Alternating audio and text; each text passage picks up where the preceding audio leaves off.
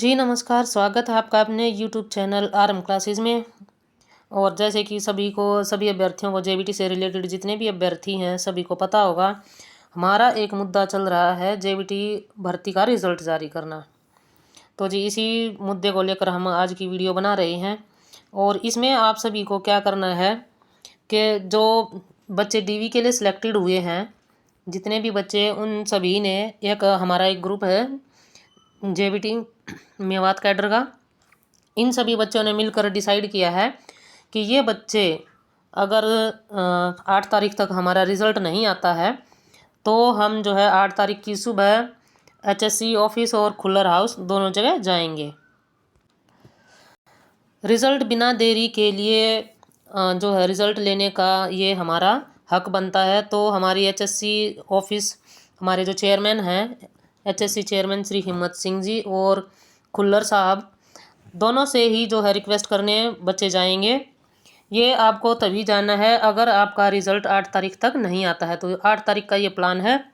जितने भी बच्चे हैं सभी ज़्यादा से ज़्यादा संख्या में पहुंचकर अपना रिज़ल्ट निकलवाने के लिए वहाँ रिक्वेस्ट करने जाएंगे।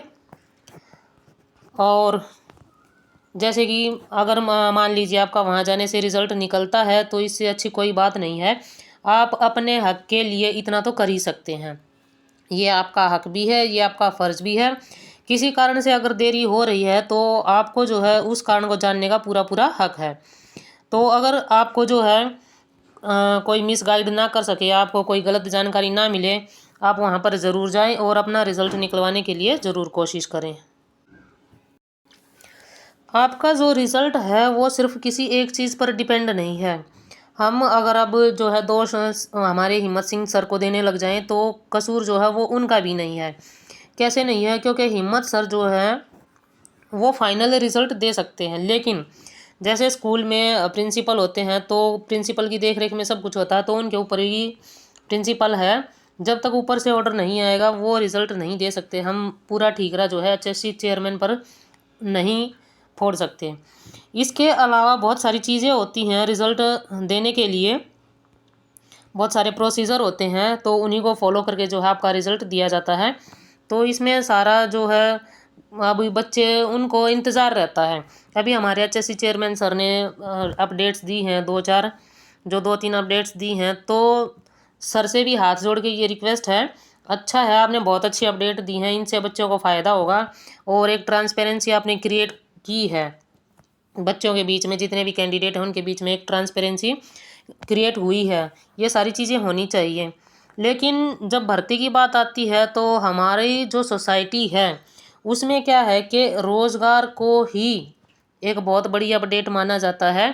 तो अगर इसमें कुछ गलत होता है तो मैं चेयरमैन सर से हाथ जोड़कर माफ़ी भी मांग लेती हूँ, लेकिन जो सच्चाई है वो बदल नहीं सकती। सोसाइटी जो है वो सिर्फ रोज़गार को ही एक बहुत बड़ी अपडेट मानता है।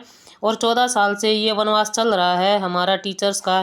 टीचर्स की बहुत ज़्यादा ज़रूरत है, बहुत भारी मात्रा में कमी है, खासकर प्राइमरी टीचर्स की। 14 साल से कोई भर्ती नहीं हुई है।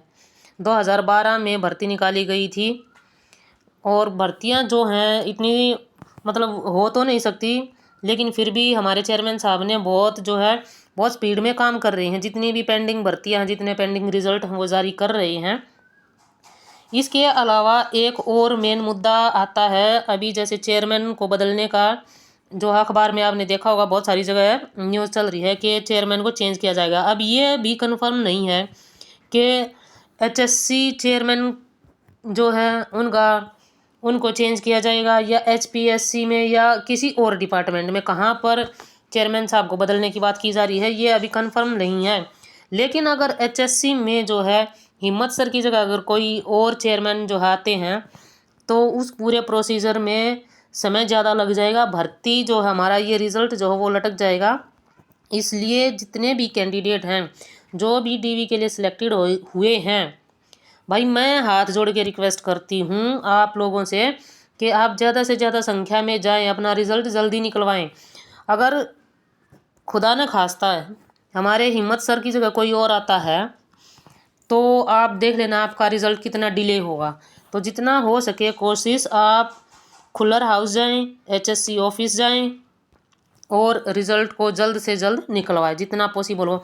वहाँ से कोई ना कोई अपडेट जो है आपको ज़रूर मिलेगी, क्या रुकावट आ रही है रिज़ल्ट में, क्या चल रहा है, क्योंकि एक लंबा टाइम हो गया, 2 साल हो गए हैं एग्ज़ाम को हुए, और 2 साल तो ये सिर्फ एग्ज़ाम को हुए हैं, भर्ती हुए तो 14 साल हो गए। बहुत लंबा वनवास हो चुका है ये। अब जो है, अगर एक मैं बात कहना चाहूँगी, ये मेरी खुद की ओपिनियन है कि अगर अब जो है प्राइमरी टीचर्स की भर्ती होती है तो हमारे जो है HSC चेयरमैन हैं उनका नाम जो है वो हरियाणा के रिकॉर्ड में तो पक्का दर्ज होना चाहिए, क्योंकि एक लंबा वनवास जो है वो ख़त्म हो रहा है और फुल धमाका होने वाला है। अगर रिज़ल्ट जो है हमारा जल्दी से जल्दी डिक्लेयर हो जाता है, फाइनल लिस्ट हमारी ही जल्द से जल्द लग जाती है, बच्चे ज्वाइन हो जाते हैं, तो ये हरियाणा में एक बहुत बड़ी खुशी होगी। और इसके साथ ही जो है ROH का भी बच्चे बहुत बेसब्री से इंतज़ार कर रहे हैं। अभी इसका तो कोई अता पता है नहीं कब तक भर्ती आएगी, क्या रहेगा, क्या होगा, लेकिन जो चल रहा है कम से कम वो तो बच्चों का अब हक भी बनता है कि जल्द से जल्द इस रिज़ल्ट को डिक्लेयर किया जाए। जो 1456 कैंडिडेट हैं इनको ज्वाइनिंग दे दी जाए, इनका फाइनल रिज़ल्ट जो दे दिया जाए। बच्चों से भी ये विनती है कि आप बाकी चीज़ें छोड़कर अब सारा फोकस जो है आपको रिज़ल्ट पर करना है, पूरा का पूरा फोकस सिर्फ रिज़ल्ट पर करना है। क्योंकि आप जो है, मैं आपको एक एग्जांपल बताती हूँ, जब आपका बच्चा, घर में कोई बच्चा शादी के लायक होता है, 18 से जो है 25-26 साल तक कोई बच्चा होता है, तो उसके लिए जब शादी करनी होती है ना तो बहुत सारी डिमांड होती है लड़के के लिए खासकर। क्या है, जैसे लड़का हमारा अगर 25-26 साल का है और उसके लिए क्या सोचेंगे घर वाले, हमारी बहू ऐसी होनी चाहिए, बहुत सुंदर होनी चाहिए, गोरी चिट्टी होनी चाहिए, अमीर घर से होनी चाहिए, इतना कुछ होना चाहिए, दहेज होना चाहिए, ये सारी चीज़ें होनी चाहिए। और जैसे जैसे उस लड़के की जब उम्र बढ़ जाएगी ना, जब वो 30 प्लस हो जाएगा, जब वो 30 प्लस हो जाएगा, अगर 35 साल का हो जाएगा, फिर भाई सब की डिमांड जो है वो कम होती आती है अपने आप ही। घर वाले फिर ये होते हैं, भाई शादी हो जाए कैसी भी हो जाए, कैसी भी आ जाए, फिर उनकी ना तो किसी गोरी चिट्टी की डिमांड होती है, ना उनकी अमीर घर की डिमांड होती है। तो अभी जो है हमारे जो कैंडिडेट हैं ये JBT मेवात वाले, इनके लिए भी सिर्फ एक ही फोकस है कि रिज़ल्ट निकल जाना चाहिए हमारा, क्योंकि हमारी जो है वो उस लड़के की शादी की तरह हो चुकी है जिसकी एज 30 प्लस हो चुकी है, 30 प्लस जो है हो चुकी है, 35 36 इतना हो चुका है। अब हमारे लिए मेन मुद्दा सिर्फ रिज़ल्ट रहता है। तो जितने भी कैंडिडेट जाएं वो फ़िलहाल के लिए रिज़ल्ट पर फोकस करें, क्योंकि इसकी एक एडिशनल लिस्ट भी आने वाली है। ये नोटिस में जो अभी आपका रिवाइज रिज़ल्ट आया था उस नोटिस में साफ साफ बताया गया है क्या आपकी जो है एडिशनल लिस्ट भी आएगी। तो बच्चे ज्वाइन नहीं होते या कुछ होता है तो उसके साथ जो है एक एडिशनल लिस्ट भी दे दी जाएगी। इसलिए फोकस जो है वो ज़्यादा से ज़्यादा रिज़ल्ट पर रखें। अगर आप ज़्यादा इधर उधर की बात करेंगे तो फिर वही है, आपका रिज़ल्ट लटकने वाली बात है। पहले ही इतने कोर्ट केस और इतना सब कुछ चल रहा है और भर्ती जो है आपकी अधर में लटकी हुई है। तो सिर्फ अपने गोल पर फोकस करें, अपना जो है रिज़ल्ट जल्दी से जल्दी निकलवाने की कोशिश करें। और ये जितनी ज़्यादा संख्या में आप पहुँचेंगे उतना मेरे ख्याल से ज़्यादा पॉसिबल होगा, क्योंकि थोड़ा सा एक दबाव बनता है। आप जितनी ऊंची पोस्ट पर होते हैं, अगर पब्लिक का दबाव बनता है तो फिर ये जिम्मेदारी हो जाती है, पोस्ट पर बैठे जो व्यक्ति हैं उनकी एक जिम्मेदारी बन जाती है कि उस काम को आप सबसे पहले करके दें। इसलिए ज़्यादा से ज़्यादा संख्या में पहुँचे और अपना रिज़ल्ट जो है वो निकलवाएं। मिलते हैं किसी नेक्स्ट वीडियो में। धन्यवाद।